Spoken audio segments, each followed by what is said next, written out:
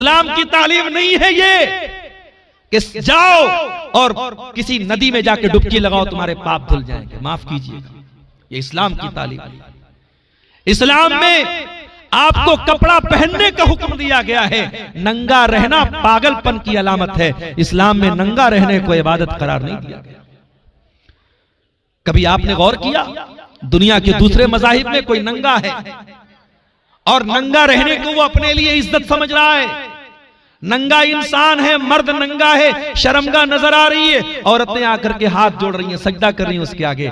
ये गंदगी, ये मजाक इस्लाम में नहीं है मेरे प्यारे साथियों। इस्लाम बड़ा ही साफ सुथरा मज़हब है। इस्लाम आपको निकाह करने का भी हुक्म देता है। इस्लाम ये नहीं कहता कि बीवी बच्चों को छोड़ करके कुटिया बना लो, जंगल में चले जाओ।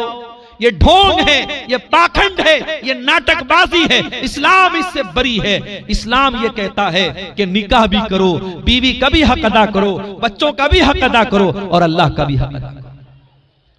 हमारे नबी ने 9 बीवियों को साथ में रखा, हमसे तो एक नहीं रखी जाती। एक बीवी वाले बेचारे परेशान हैं। आए दिन मेरे पास मसला आता रहता है, मौलवी साहब बीवी का फोन आ रहा है, शौहर ने ये बोल दिया, कभी शौहर का फोन आ रहा है, बीवी ने ये हरकत कर दी, आज मियां बीवी में नहीं पटरी खा रही। 9 बीवियों को नबी ने रखा, सबका हक अदा किया। मेरे प्यारे साथियों, इस्लाम वो दीन है, प्यारा दीन है, हम इस इस्लाम के मानने वाले।